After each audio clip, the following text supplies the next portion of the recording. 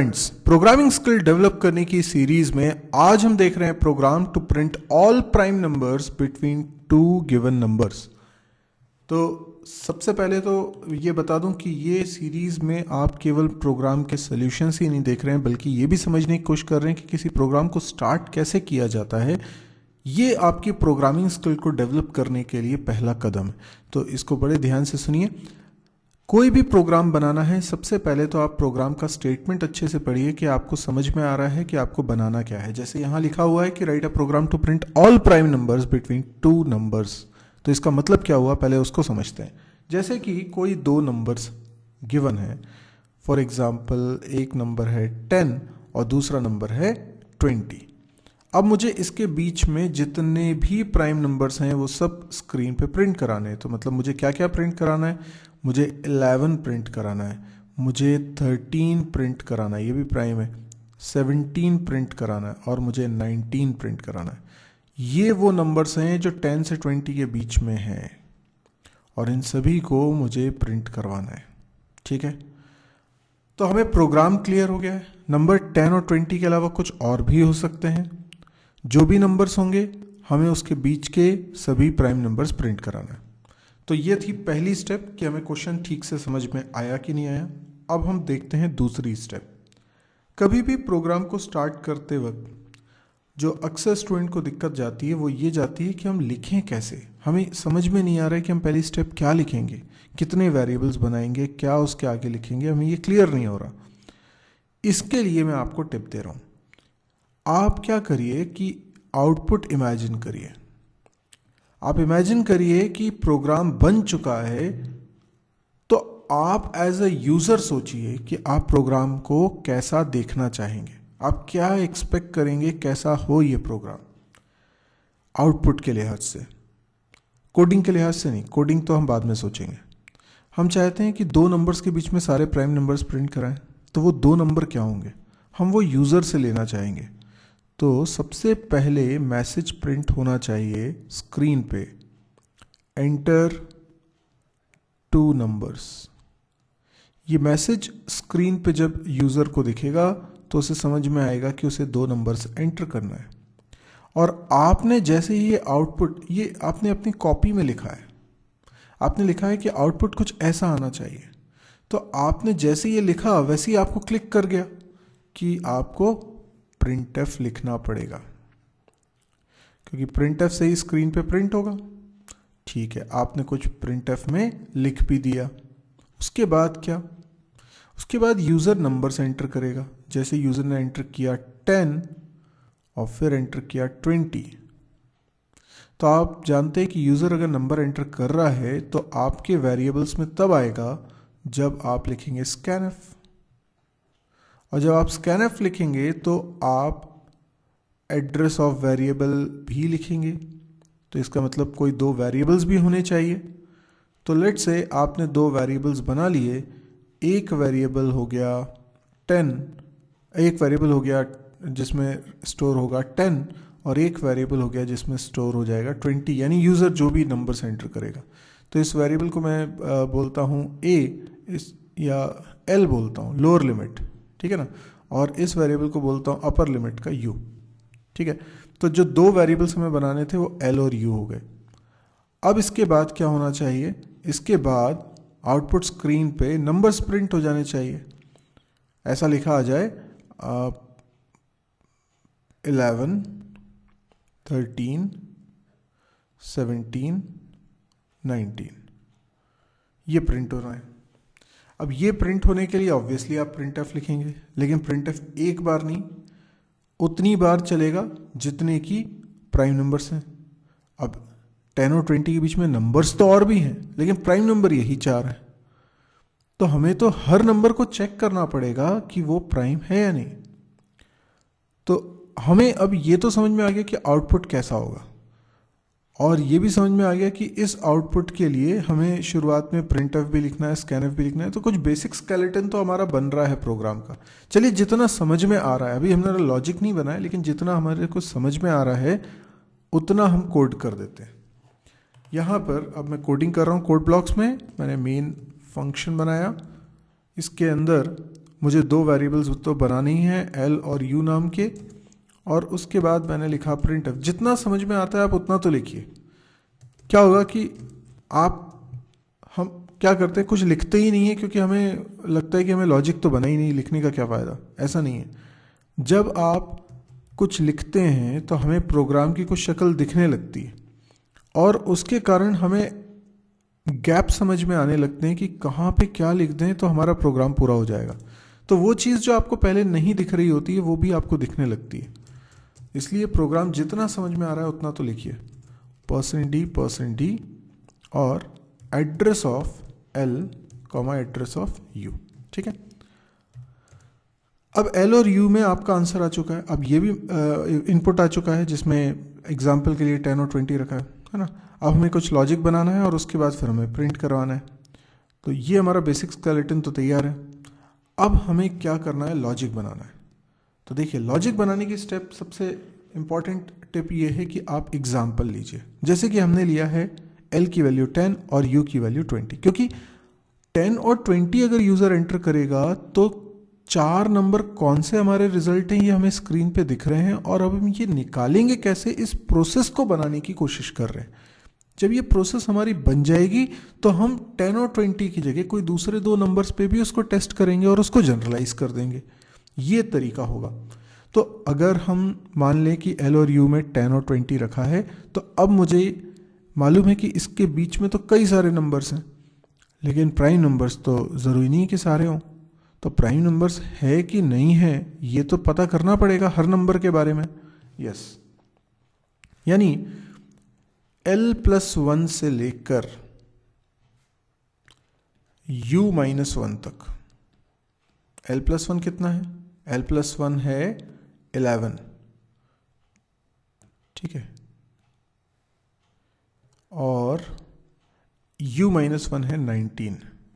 तो 11 से लेकर 19 तक हर नंबर को मुझे चेक करना है कि वो प्राइम है या नहीं।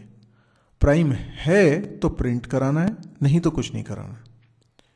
तो मैं एक वेरिएबल ले लूं, अगर x, उसकी वैल्यू स्टार्ट करूं l+1 से। ठीक है, और लूप चलाऊं कहां तक, x < u-1 तक। ठीक है, और हर बार x की वैल्यू को इंक्रीमेंट करता जाऊं। तो ये जो लूप लगाया मैंने, फॉर लूप है, ये जो मैंने लूप लगाया है, इससे क्या होगा, इससे रिपीटेशन होगा कितनी बार, 11 से लेके 19 तक, यानी 9 टाइम्स। और हर बार x की वैल्यू चेंज होती रहेगी, यानी पहली बार जब इस फॉर लूप की बॉडी में जाएंगे तो x की वैल्यू होगी 11। दूसरी बार जब जाएंगे तो x की वैल्यू हो जाएगी 12, क्योंकि x ++ लिखा है, तो एक एक वैल्यू बढ़ती जाएगी। तो x की वैल्यू 12 हो जाएगी, फिर 13 हो जाएगी, 14 हो जाएगी। यानी इस लूप की बॉडी के अंदर आएंगे कई बार, और हर बार x की अलग वैल्यू होगी, और x में जो नंबर होगा हमें उसे ही चेक करना है कि वो प्राइम है कि नहीं। अब प्राइम नंबर कैसे चेक करते हैं, इसका लॉजिक आप ऑलरेडी देख चुके हैं हमारे पिछले वीडियोस में। तो अगर आपको प्राइम नंबर का लॉजिक आता है तो अब आपके लिए काम बहुत आसान हो गया। किसी भी नंबर को चेक करना है प्राइम है कि नहीं, तो उस नंबर से, छोटे नंबर से उसको डिवाइड करके देखना पड़ता है। अगर किसी से डिवाइड नहीं होता तो वो प्राइम नंबर है। तो हम क्या करेंगे, हम यहाँ पर एक और लूप लगाएंगे जिसमें हम एक वेरिएबल और ले लेंगे जिसका नाम मान लीजिए है i, और इस वेरिएबल में रखेंगे 2, और i जब तक x है, देखिए = नहीं लगाया, यानी x-1 तक चलेगा। हम i++ करते रहेंगे और इसके अंदर लगा देंगे एक if, और उस if में लिख देंगे x मॉड्यूलो i। तो x मॉड्यूलो i क्या है, x वो नंबर है जिसको मैं चेक कर रहा हूँ, i वो नंबर है जिससे मैं चेक कर रहा हूँ। अगर डिवाइड हो जाता है और रिमाइंडर आ जाता है 0, तो मैं कहूँगा वो प्राइम नहीं है, तो सिंपली ब्रेक करके बाहर आ जाएंगे। ठीक है, समझ में आ रहा है कोड। चलिए इतना कोड तो लिखते हैं हम, फिर देखेंगे आगे। दो नए वेरिएबल और हमें बनाने को समझ में आए, एक तो x और एक i। ठीक है, अब मैं एक लूप लगा रहा हूँ। इस लूप में x की वैल्यू l+1 से स्टार्ट करता हूँ, क्योंकि मैंने बिटवीन बोला है तो मैं 10 और 20 के बीच के नंबर्स को ही चेक कर रहा हूँ। यदि आप चाहते हैं 10 और 20 को भी चेक करें तो आप x की वैल्यू l से भी स्टार्ट कर सकते हैं। x less than equal to u-1। ठीक है, और x++, ये भी ठीक है। अब इस लूप की बॉडी के अंदर जब आप आएंगे तो एक और लूप लगाएंगे जिसमें i की वैल्यू 2 से स्टार्ट हो रही होगी। ये प्राइम नंबर चेक करने के लिए x में जो वैल्यू है उसको हम चेक कर रहे हैं कि वो प्राइम है कि नहीं। i लेस देन x, या लिख सकते थे i less than equal to x-1 और i++। इस लूप के अंदर क्या करेंगे, एक इफ लगाएंगे।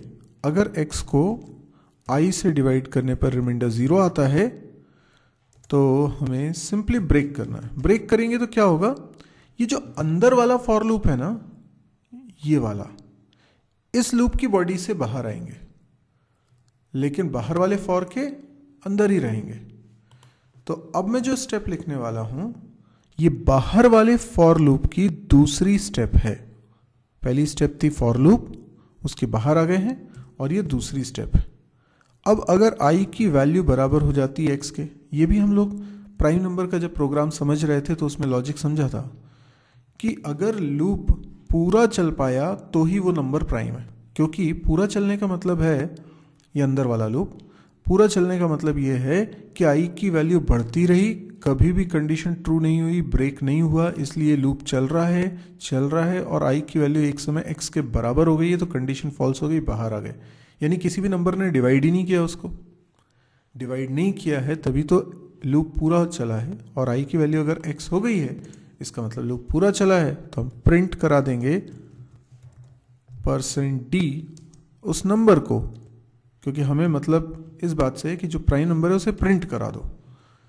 तो देखा जाए तो इस फॉर की बॉडी में, जो कि मैं आपको क्लियरली दिखाता हूँ, ये बॉडी देखिए यहाँ से स्टार्ट हो रही है, यहाँ पे ख़त्म हो रही है, बाहर वाले फॉर की बॉडी। इसके अंदर एक फॉर लूप लगा हुआ है, पहली स्टेप। इसके अंदर इफ़ लगा हुआ है, दूसरी स्टेप।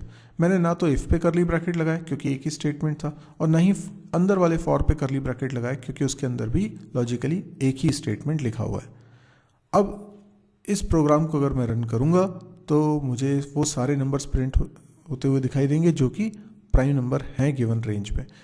अब ये जनरलाइज भी हो गया है, क्योंकि अगर हम यहाँ पर 10 और 20 कुछ और भी एंटर करते हैं तो l और u की वैल्यूज़ अकॉर्डिंगली सेट हो जाएंगी। l+1 और u-1 के बीच में सारे नंबर्स को हमें चेक करना होगा। आइए देखते हैं ज़रा आउटपुट कैसा आता है। मैं पहले 10 और 20 एंटर करूँगा और 10 और 20 के हिसाब से आउटपुट हमने पहले ही सोचा हुआ है। तो 10 20 एंटर किया, आउटपुट आ रहा है 11 13 17 19, बिल्कुल सही है। चलिए कुछ और भी इनपुट दे के देखते हैं। जैसे अब की बार मैं देता हूँ 1 से लेकर 100 तक। तो आप जानते हैं 1 से लेकर 100 तक 25 प्राइम नंबर्स होते हैं। ये 25 प्राइम नंबर्स आपके सामने स्क्रीन पे दिखाई दे रहे हैं, आप देख सकते हैं 2 3 5, ये पहले 100 नंबर में जितने भी प्राइम नंबर्स हैं वो सब दिखाई दे रहे हैं आपको। तो ये एक बढ़िया प्रोग्राम बन गया है जिसमें कि हम किसी भी दो नंबर के बीच में जितने भी प्राइम नंबर्स हैं उनको प्रिंट करवा सकते हैं। तो यही हमारा आज का कॉन्सेप्ट था, यही लॉजिक था। आई होप आपको ये प्रोग्राम समझ में आया हो, और अगर समझ में आया तो आप लाइक कीजिए, और यदि आप चाहते हैं कि इस तरह के और वीडियोस देखना है तो आप इस चैनल को भी ज़रूर से सब्सक्राइब करिए। जैसे ही कोई नया वीडियो मैं अपलोड करता हूँ तो उसकी जानकारी आपको तुरंत मिल जाया करेगी। इसके अलावा आप मेरी वेबसाइट को भी विजिट कर सकते हैं www.mysirji.com, स्क्रीन पे लिखी हुई है। आप इस वेबसाइट पे देखेंगे C++, जावा, PHP, MySQL, data structure, DBMS, इनके थ्योरी लेक्चर्स हैं, प्लस प्रोग्रामिंग एक्सरसाइज भी दी हुई है जिस सीरीज़ में ये क्वेश्चन आपके सामने एक्सप्लेन किया जा रहा था।